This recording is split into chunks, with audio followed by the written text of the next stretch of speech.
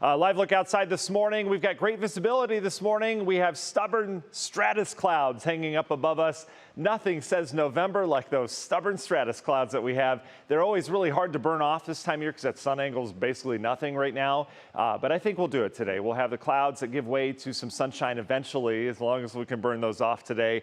And we're back to a pattern that has cooler days and cooler nights. All right, for now, not seeing any record-setting warmth coming our way. I don't see any record-setting cold coming our way either. The next thing we'll be tracking in your forecast is that rain for your upcoming weekend. So temperatures here this morning are cooler. We're in the 50s, even upper 40s in spots. We do have a little bit of fog that developed overnight, at least tried to once we got the clear skies, but the clouds have come in. The wind's still a little breezy outside, so we haven't had much develop after that. You can see there's some dense fog, quarter mile. You don't mess with that out in the Youngstown area. If you have travel plans there, certainly encounter some lower visibilities there. And temperatures, this is the big story, are about 15 to 20 degrees colder this morning out the door than yesterday morning. That's what you need to notice as you're heading on out. Here are the stratus clouds that are stubborn right now. Again, those will try to burn off as we go throughout the day. All the rain's down to the south. The front's kind of washed out. It's become stationary. It'll fall apart here over the course of the day as high pressure builds in. This is a big story. I've mentioned this last couple of days out in Colorado and New Mexico.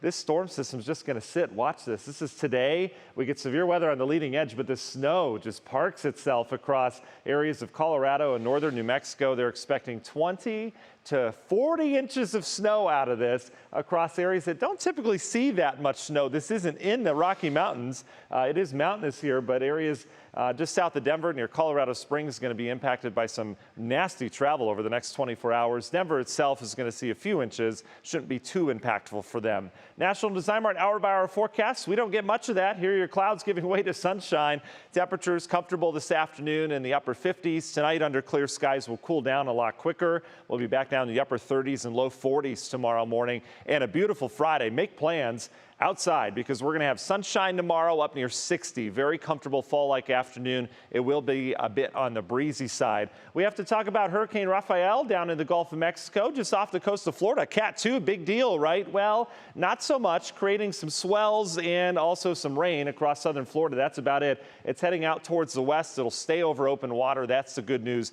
and start to weaken as it starts to encounter some shear from the jet stream down there. Our weekend here looks good Saturday, and then we bring in some rain on Sunday. Long ranger forecast shows that rain moving in. You can see how we dry out the next few days. It comes from that Colorado system. That brings rain in here Sunday. Should get a good dose of rain around here, and then that clears out for Monday. Our attention will turn towards our next storm system with wind and rain by the middle of next week. But in terms of cold air, it's staying locked up in Canada for now. We stay with a zonal flow. I don't see any hits of cold around here. In fact, Climate Prediction Center says, yeah, we're staying above average in the east, below average in the west. Union Hill Mortgage 10-day forecasts. There you go. A lot of 50s and 60s on there with rain on Saturday night into Sunday, and then our next shot at rain Wednesday into Thursday. Danita?